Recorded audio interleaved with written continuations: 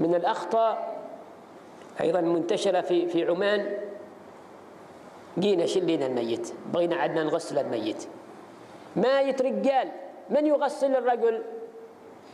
الرجال ولا النساء؟ يغسل الرجل الرجال، ويغسل النساء من؟ النساء، ما صحيح؟ نحن بعض الأوقات لا، بيموت رجال بيجينا بناته يصيحن واخواته واحنا باغيين نغسله وباغيين نحسن عليه وانتم تقادونا وتحرمونا الاجر. يا بنات الحلال، الرجل يغسله الرجال والمرأة تغسله النساء. قال لا، هي طواعة متى أتوا ما أول. سبحان الله، هذا وقع في بعض البلدان،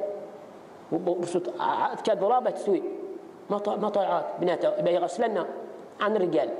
كذلك بعض النساء تموت، حضرت مع ناس، حضرت كذا لا داعي بدو ولا حضر لا داعي لذكرهم، ويتجى فينا الرجال بقول حرمة وهناك حريم.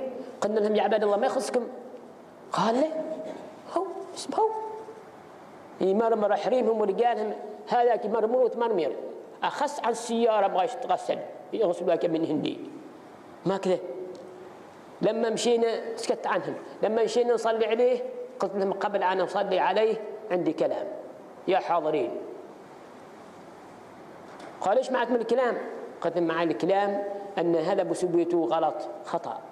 وسألوا يا ما تصدقوننا، المرأة يغسلها النساء، ما لكم انتم يدك دخل فيق النساء، ما زوجتك يا أخي هذه؟ واضح؟ هذا من أخطاء الشيخ السالم الله يرحمه في المعارج الآمال في شرح مدارج الكمال، ركز على هذه القضية وناقشها مناقشة كاملة. بعض الناس ما يقتنع بكلام الشيخ السالمي، هذا معارج الآمال بما يصدق يصير يطالع فيه. واضح؟